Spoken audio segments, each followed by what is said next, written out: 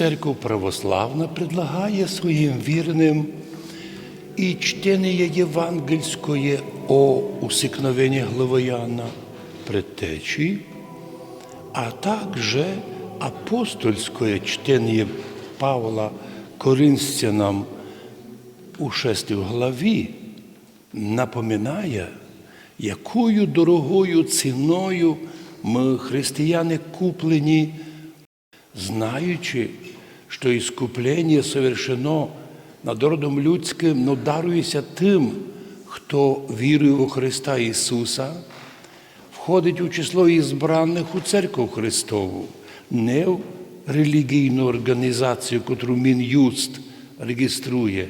Там може бути 100 релігійних організацій, які відношення ні до Євангелія, ні до церкви, ні до Христа не мають.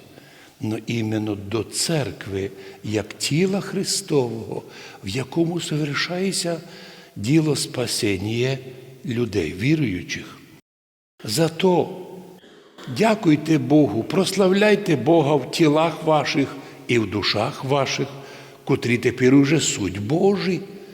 Ви викуплені, так як викупають із тюрми або із полона, так і Христос із плена гріховного сатанінського викупив і скупив нас.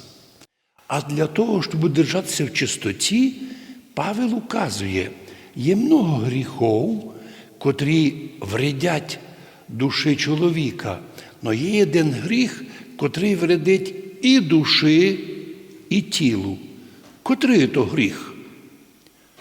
А то, що ви мені писали, каже Павел, то дуже би добре чоловіку не касатися жінки, но во избежание блуда.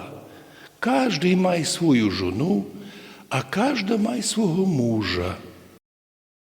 І не уклоняйтеся один до другого, хіба лиш по согласію в час поста, щоб вас не іскушав сатана невоздержанням вашим. Зато так важно, щоб наші юноші і дівчата ніколи з юності не пробували коснутися блуда. Хоча цей світ, телевидение, преса, інтернет, вулиця, все направлено, щоб молодих людей втягнути в гріхи. На то виділяються мільярди доларів, щоб розпущати молоді серця. Спеціальні тайні служби, котрі розпространяють наркотики по цілому світу, пропагандують курення, хвалять, як добре пити. І вся ця навала дикарсько-язичницька давить на нашу молодь, на наших людей через телевізор, через пресу. Тому каже Павел, я вам за то написав, що ви були люди такі ви, як і я. Но кожен має своє, звісно, дарування від Бога. Но безбрачним і вдовам, кажу вам, каже Павел, ліпше не вступайте у новий брак, бо там появляться нові соблазни і скушення, а може бути і погибель для душі.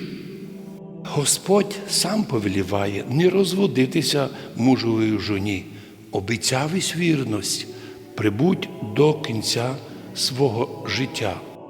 Будучи похожими в житті хоч маленько на святих, ми тут діти Божі, а в вічності і наслідники Царства Божого.